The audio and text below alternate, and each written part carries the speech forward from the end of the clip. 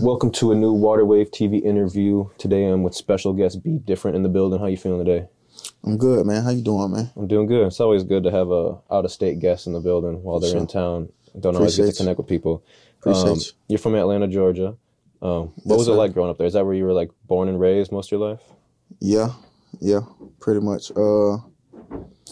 Atlanta, Georgia is, it's a populated city, and I don't think it's too much different from, a lot of places. It's just being a kid, you gotta figure out what you like and I never been stick to it. I never been out there, either to Georgia or even Atlanta in general. For real? Is it I've traveled, but I don't travel to enough of the major cities, especially for like music wise. Okay. I've done a lot of traveling for various reasons or whatever, but I haven't been able to hit some of the big areas like Atlanta. What's like some major differences from like Atlanta to Minneapolis when you compare? Because now you've been in Minnesota for a little bit. Man, it's cold as hell. Colder here?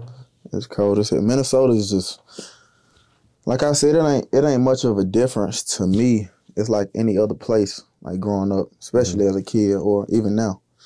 It's just when I first came out here, like my first time coming out here, I think it was snowing. Yeah. And in Atlanta, it like snows every 2 years, maybe 3. Like it just depends. But out here, I just know it's cold as hell. Yeah. It's fucking cold. That's my least favorite thing of Minnesota. Jesus. It's my least favorite thing about Minnesota is the cold and just like the feeling of going from living in the warmth and then all of a sudden the cold just hits you one day and now you have to put a jacket on or brace for yourself when you leave. Yeah. But speaking on Atlanta, Georgia, were you always rapping out there? Like when you were younger, was that kind of always something you were doing? Because I know Atlanta's way more known for music than Minneapolis is. So I know like some people out here may not get into music until a little bit later on because there's not as much influence out there in Minnesota. But in Atlanta, is there, like, were you rapping at a young age and who has influenced you to do that? I wasn't at all, for real. I mean, like with family, I played around like freestyling. Like we all just freestyled every now and then. But as far as rapping, nah. Growing up when I was a kid, I played sports. Okay. And that was just, and my whole family, like all the siblings, pops played sports growing up. So that was pretty much in my household. Definitely a sports household then? Yeah, for sure. Where did the inspiration to start making music come from then, you think? I think that came from like freestyling all the time, especially when I went to college. I had this roommate, good friend of mine, my boy Chan, shouts out to him. We used to freestyle in the dorm room, just bored, just playing around freestyling. And one day we had like a dorm mate that was upstairs. He had his own mic, computer, the basic setup, really. You know what I'm saying? We just went up there one day, tapped in with him. I think we recorded like 3 songs. And after that, like I heard myself on the beat and I just, how you get like that feeling and got that feeling as a kid. Like I like this shit. All right, let me do it a little more, see if I really like it, really got a love for it. And ever since then, I've been locked in with it. Yeah, that's cool. That's kind of how we began, was in the dorm rooms, rapping in the dorms, shooting vlogs in the dorms and shit like that. It's hard. Where'd you go to school? Middle Georgia. Okay. Yeah. What about you? Where you went? I went to Wisconsin River Falls, which is like right over the border. Like I went to play Division III football. Nothing crazy. Okay. That's where I met everyone to start Waterwave. And then did you, I guess after finding the love for music, did you decide to like take a break from school? Did you finish school? Or like how did that go then once you found music? Yeah, pretty much. I did. I was in school for 4 years. But once I like found the passion for music, it's like I really wanted to lock in on this one thing that I really believe in. So I mean, yeah, I do want to finish, but for right now, I'm just locked in with It'll music. always be there. Yeah, that's kind of with us too. We all were the same class when we went in there, either to play football together or even if they were just going to school there. And we went there for 3 semesters, and then we all dropped out the same semester and got a crib out here together. So it was kind of like thankful for school, but like sometimes you just know when you've had enough time in school and you found what you were supposed to find when you went there. Right. You know, Like with you, it could be music. With us, it was this brand and whatnot. But no, I guess so. That first song you ever recorded compared to like the music you do now, how has like the growth been from then to there? Like beat choices, you know, like using your, you know, flow, lyric choices, all that type of stuff. Like, Yeah. what's the journey been like from that to now? It's been long, man. A long journey with that. I ain't gonna lie. My first song, well, it's a lot of my old songs that I hear now, and it's like, damn, bro, I done came a long way from sounding like this to now I actually know what kind of route I'm taking. I know what I'm trying to get out. So it's been long, man, but it's been like anything else, bro. Just the more you do it, the better you get at it, the easier it gets. So yeah, I say, could you like discuss the role of storytelling in your songs? And I know like, and how do you maintain staying like authentic with words? You know, like I know storytelling can, you know, make it a little bit easier when you got real stories to tell and you're not just making shit up. But how do you stay ahead of the curve of, you know, staying authentic and, you know, generating good stories in the music? I think that just comes off naturally. Like with my music, how I try to think about it, well, not think about it, how I try to go about it is like just whatever you either going through, whatever you like did, it can be today, whatever you did last week, anything that's up here or in here, I try to get off. You know what I'm saying? I try to keep it that way. You know. Yeah, I know. I'm aware that you lost your mother and grandmother at a young age, correct? Does that play a part into your music career at all? Yeah, for sure. It play a huge part, bro. Because, like I tell a lot of folks, I feel like music actually saved me from like trauma with that, being depressed and all that. So, music was like a route for me to express myself, get everything out. So, yeah, played a huge part. I got you. In an industry known for its competition, how do you find ways to collaborate and support other artists while maintaining your own individuality? That's easy. It's easy. It's like I wasn't into music when I was younger, but I always like had a good feel for music. Like anytime I heard something good, it made me feel a way, like a good song, a good singer, good bars, anything. Like if I heard something that was good, I was always a fan. So now it's just like if I see somebody post something that I really like, it really like catch my attention, I might repost it or comment something, anything. Just a love for music. Yeah. Do you have any specific track that you've made that like highlights like your emotions or your feelings the best? That like if someone hasn't heard any of your music yet and they're trying to really feel what you got to offer, that they should tap into?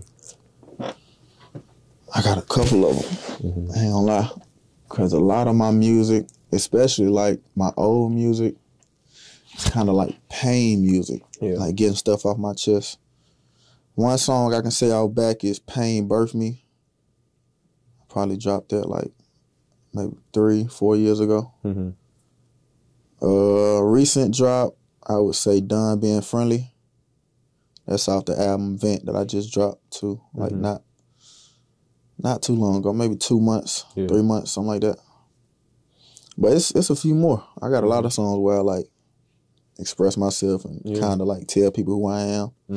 So yeah, it's a few of them. Yeah, no, listening to your music, I can definitely like the storytelling and like the feelings and emotion. Like I get a lot of that from music. But speak on your most recent album, Vent. How do you choose the name of that album? How do you choose what songs go into there? You know, like what was the creative process like in that whole thing? With that album, honestly, it was like a big just grab and put them in a group. Like it wasn't the best structure to where my mindset is now, but I knew to like pick a lot of songs I can relate the title to. So since it's called Vent, like I tried to grab songs, not really old songs, but like recent songs that I did was like kind of like me getting expressions off or talking about this that happened years ago, talking about this that happened a few months ago.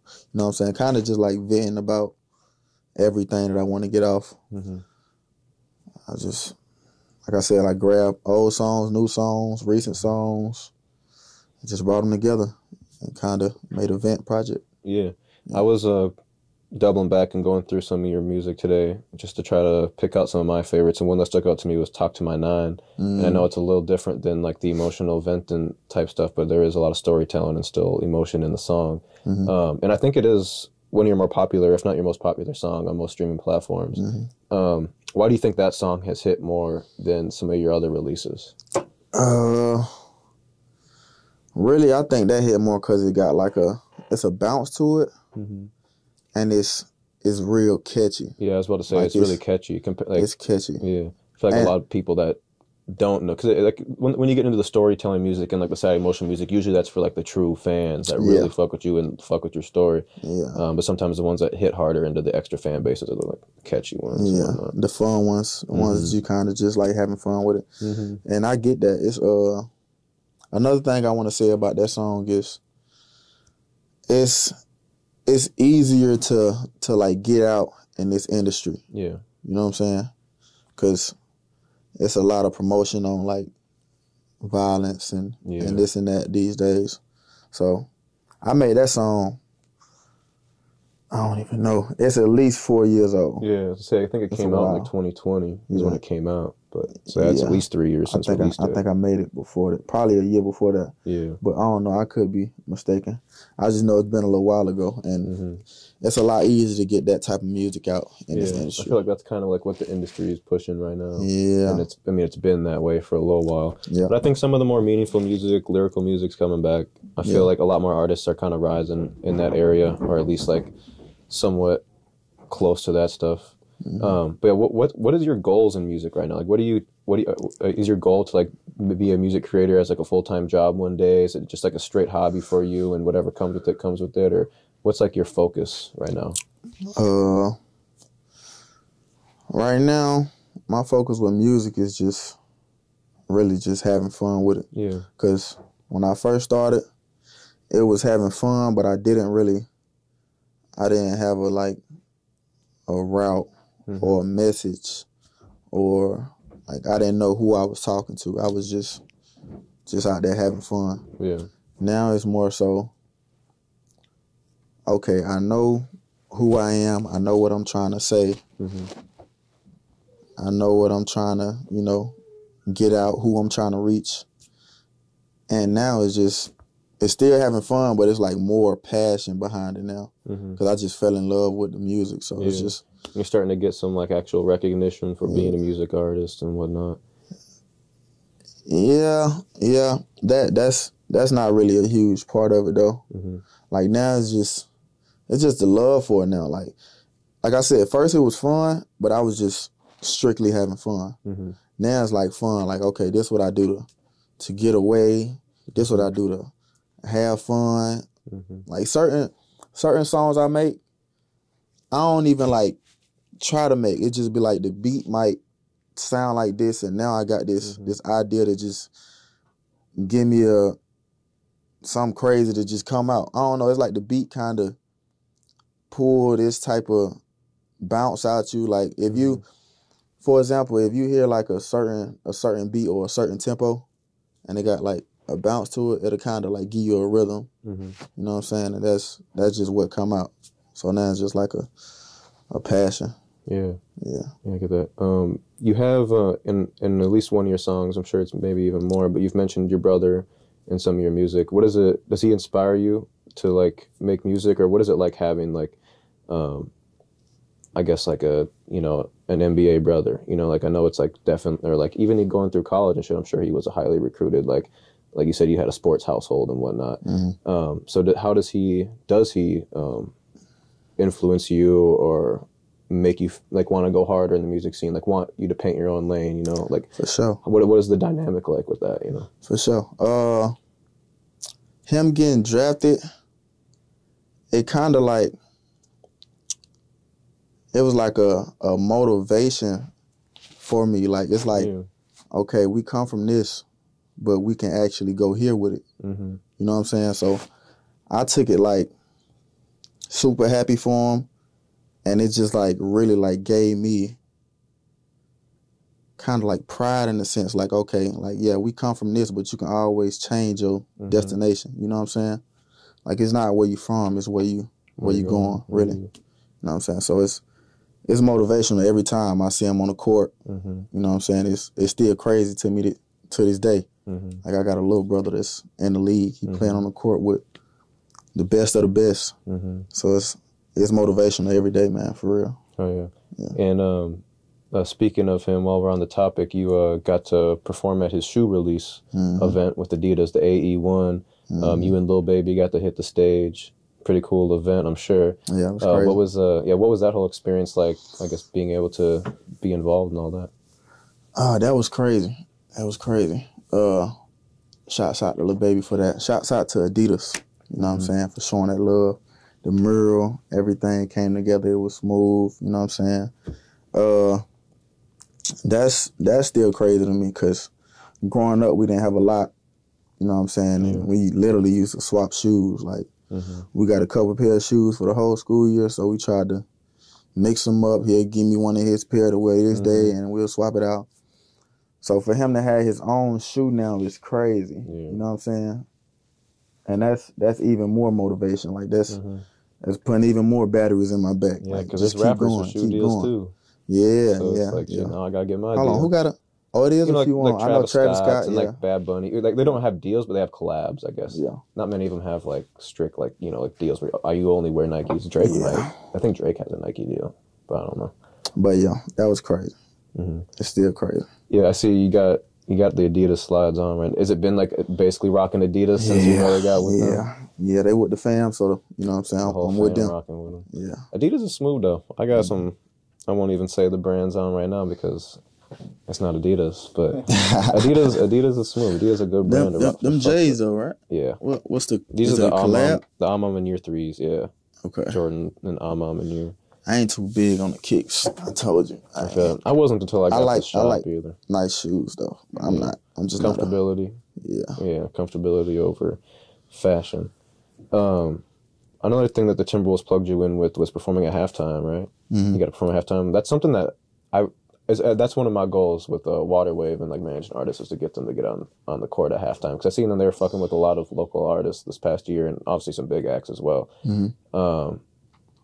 But was that like a surreal moment to be like on a court? Because I know like halftime performances, they can be like a really cool thing, but there's also that time where like some people just don't pay attention to the halftime performances. But when you get like a rapper to come in and do it, I think that's where it's a little fun, rather than sometimes they'll have like the old ladies dancing at halftime, or people doing cartwheels and stuff like that. But like I feel like when you actually get a concert at halftime, that's when it's like let's keep the eyes on it. How was that experience for you though?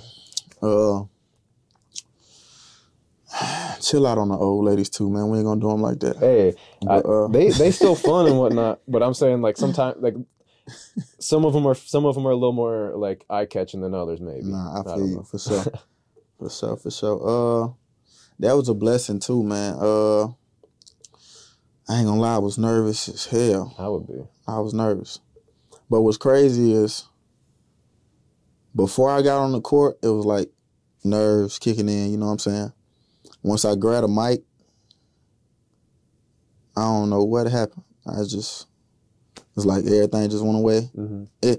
I think the main thing with performing for me is when I hear my music, like everything goes out the window, like all nerves. I'm not worried about nothing. It's like, this is my music. I'm finna just vibe out, just like I'm in the studio. When I record a song and listen to it back, I'm vibing out because, you know what I'm saying, it's my music. So, I don't know. When I grab a mic, it's like a whole different version of me kick in. You know what I'm saying? Yeah, you just like you unlock what you prepare for. Yeah, what's crazy is the one I did was a Golden State game, so that shit was packed.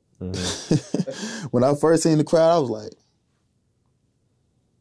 "It's a lot of folks." Was it more difficult to perform with that type of sound system? Like, was it like delayed at all? Yeah. Or, like, did you have like an earpiece? Because I've gone to I seen someone perform, or like at least like I seen the video from like someone that was courtside when Casey performed, and it just sounded so like from when he was talking to when it actually hit the speakers, and it sounded like he had to like have something in his ear so he knew. But like, was it a little more difficult than normally just hitting like the club or the stage? Yeah, for sure. That's it's a big difference. Only because of that. Like, you gotta have earphones when you're performing, and that was my biggest performance. So that was my first time using headphones for a performance. But I mean, we got a rehearsal in before, so we figured out all the levels and stuff like that. But like, I can see the difference, because trying to have the headphones on, I tried to keep one out and kind of like wing it to where like I can kind of hear what's going on, but so you can hear yourself while you're hearing music. it throw you off though. Like, I feel like I gotta have 2 headphones in. Yeah, especially for the stadiums, because there's so much echo in there with the sound. And shit. And if you said you experienced it because you can hear the difference before at a game. Yeah. But like, as an artist, it's super annoying. I ain't gonna lie, because when I first tried it, it's like I said, I tried to take one earphone out, but it was just such a delay. Like, it's super crazy. Like, you saying this, but it's like you hearing it back like 3 seconds after you say it. So it's weird, but I might have to just do it a few more times to really get used to it. You know what I'm saying? Right. Speaking of performing and like just like connecting with fans, have you been performing out in like Atlanta at all? Or doing these shows? Anything like that? Yeah. I actually did my own show. Like, I hosted a show and brought like one of my best friends and then my brother out. Chance, the one that I started making music with. And Mancho, another brother. You know, I got that he been making music for a minute now.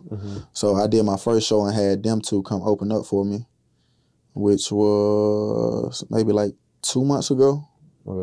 Yeah. And it was a small venue, not too much, but I had a lot of family and close friends and a few fans stepped out. But it was a vibe, man. Yeah. And you were just recently, from the date of recording this past weekend, but you've been in the clubs in Minneapolis recently, turning them up, doing your tracks. Yeah. Do you prefer, what's been your favorite setting so far? On the court, on a stage, or in the club? I like the court. I don't like to be nervous, but I like the court. Yeah, I'm sure that was just like the coolest opportunity. Yeah, I'm ready to do it again. Like, I've been talking to him, so I might be doing another one this year. Cool. I'm trying to do more than one, for real.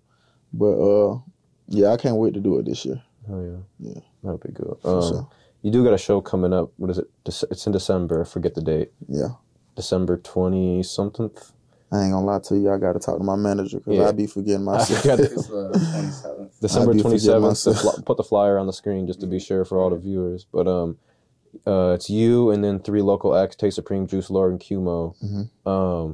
What do the fans have to expect out of your performance at that show? A vibe, and me venting, because the last album I dropped was Vent, so I'm gonna perform a lot of songs from that. And I got a few more songs I'm coming out with soon. But December, I might drop 2 more songs before that. Okay. I got to see how the time play out. But I definitely am gonna drop another song. I got a song coming out soon. It's called David Ruffin. Okay. For whoever's seen Temptations, you know what I'm saying? You should know that kind of vibe. You should understand it as soon as you hear it. Okay. But I'm definitely gonna bring a lot of vibes, and it's gonna be a lot of venting too. So we're gonna rock out. Other than the show, is there anything else you want to tell the people before we get out of here? Not too much. You know what I'm saying? If you've been tapped in, appreciate you. Much love. If you don't know, you can follow me on Instagram, TikTok, all that at the #1, letter B, different. And it's no space, no underscore, no none of that. I ain't got too much more to say, man. I got plenty of music coming out, so y'all just stay tuned, and we finna rock out. Awesome. Appreciate y'all tuning in. Make sure you like and subscribe. Tap in with his socials. Our socials will all be on the screen and in the description of this video. Appreciate you coming in and giving me some of your time today. Dope getting to meet you. Appreciate you, man. Appreciate you being in here in Minnesota. Always, like I said at the beginning, love having people from out of state come in and being able to network with them and whatnot. But this was Ricky. That was BDifferent. And this was Waterwave TV. Have a good one. Appreciate y'all, man. Perfect.